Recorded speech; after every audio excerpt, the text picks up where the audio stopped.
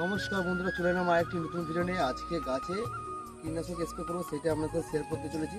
আর কী কীটনাশক দেবো সেটাই দেখুন। আমি কাকা কীটনাশক এইটাই দেবো আমি গাছেতে, গোলাপ গাছে। আর চলুন তাহলে ভিডিও শুরু করা যাক। তো আমি 1 লিটারে 2 ml করে ইউজ করি কাকা এই কীটনাশক স্প্রেটা। তো চলুন তাহলে আমি মোটামুটি এখানে আমি নিয়ে নেবো 2 লিটার জল। আমার 2 লিটার জলে হয়ে যাবে। এটা হচ্ছে 1 লিটারে একটা মাপ, 1 লিটারের জলের মাপ। খুব ঠান্ডা জল নেবেন। তো 2 লিটার জল নিয়ে নেবেন। তো আমার 2 লিটার জল লাগবে, আর 2 ml আমার এই স্প্রেটা লাগবে। যে কাকা যে কীটনাশক স্প্রেটা আছে পোকামাকড় থেকে বাঁচাই, সেই স্প্রেটা আমার 2 ml লাগবে। গাছের উপরে আমার 2 ml জল লাগবে। আর এটা আমি নিয়ে নেবো, আমার যেহেতু 2 লিটার জল আছে, 1 লিটারে 2 ml করে নেবো, তখন আমার 4 ml আমার লাগবে।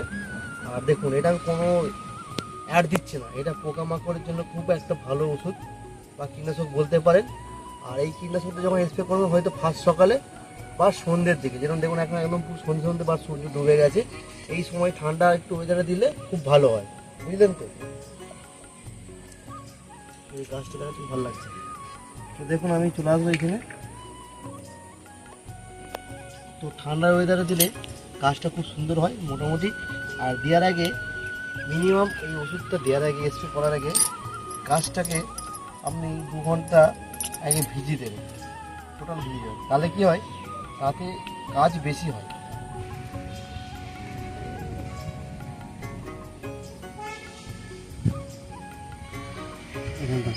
দেখতে পাচ্ছেন আমি 2 ml এই যে সিরিঞ্জি দিয়ে 2 ml পুরো মেপে নিয়েছি। ঘুরে যাও, মোট 4 ml হলো।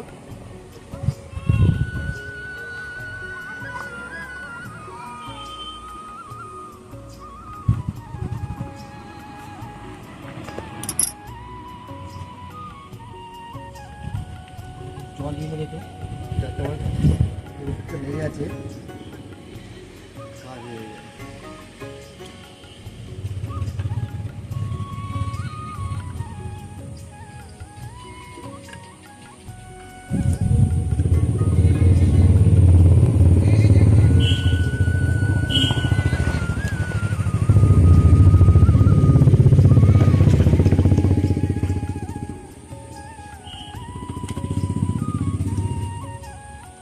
দেখুন এইটা হচ্ছে কাকা, বুঝতে পারছেন। আর এটা হচ্ছে পোকামাকড়। পোকামাকড় খুব ভালো হয় গাছের পক্ষে, ভালো। এবং পোকা পাতা কেটে দিচ্ছে, পক্ষে খুব ভালো। তো গাছের পাতা যখন পড়ে যাচ্ছে বা হোল লেগে যাচ্ছে বা পাতা কেটে দিচ্ছে পোকায়, খুব ভালো এই গাছে একটি কীটনাশক স্প্রেটা খুব ভালো। তো এই এটার নাম হচ্ছে কাকা। আর এটা আমি কোনো অ্যাড দিচ্ছি না, এটা হচ্ছে খুব একটা ভালো কীটনাশক, যেটা পোকামাকড়ে খুব কাজ করে, আমাদের গাছপালাকে খুব সুন্দর রাখে। তো বারবার করে বলছি যে এটা হচ্ছে হয় ফার্স্ট সকালে দেবেন, নাহলে সন্ধ্যাবেলা দেবেন, তাহলে কাজটা খুব ভালো হয়।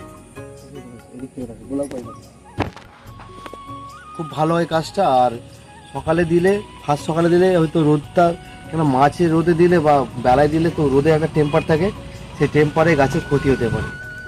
তো সকালে ফার্স্ট সকালে দিন বা সন্ধ্যের গায়ে দিন। চলুন তাহলে আমি স্প্রেটা কীভাবে দিচ্ছি সেটা আপনাদের দেখাবো।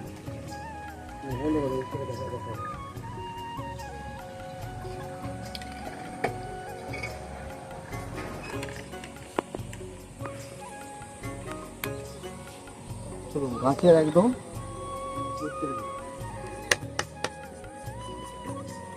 গুড়ি দেবেন। তো এইভাবে গুড়ি নিলেও হবে, বুঝতে পারছেন, কাজ হয়ে যাবে। বা লাঠি থাকলে লাঠি দিয়ে গুড়ি নিলে হবে।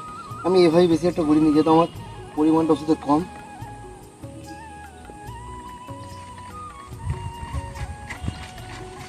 আর 10-15 মিনিট বেশি করে রাখলে আরও ভালো হয়। দেখুন এইভাবে স্প্রেটা দেবেন, পুরো গাছকে স্নান করে দেবেন।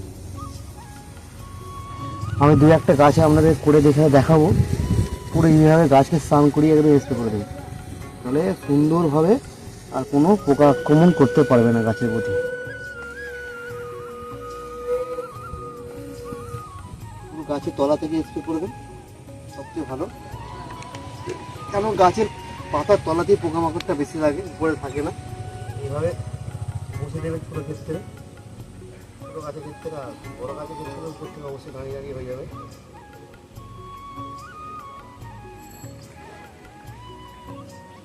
পুরো গাছকে ভালো করে চান করে দেবেন সুন্দরভাবে, দেবেন।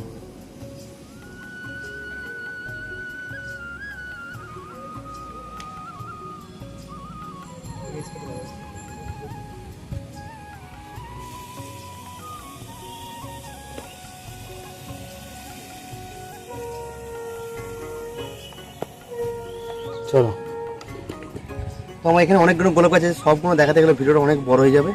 তো আজকে ভিডিওটা কেমন লাগলো অবশ্যই কমেন্ট করে জানাবেন। দেখা হবে কোনো নেক্সট ভিডিও। আর আপনারা ভাববেন না যে আমি অ্যাড দিচ্ছি, কোনো অ্যাড নয়, এটা গাছের ক্ষেত্রে খুব ভালো একটা কীটনাশক। সেই জন্য আমি বললাম যে গাছের ক্ষেত্রে একটা ভালো কীটনাশক, তো আমি ইউজ করছি, এতে আমি ভালো রেজাল্ট পেয়েছি। সেই জন্য আপনাদের শেয়ার করলাম যে এই গাছের ক্ষেত্রে এই কীটনাশকটা স্প্রে করলে খুব ভালো হয়।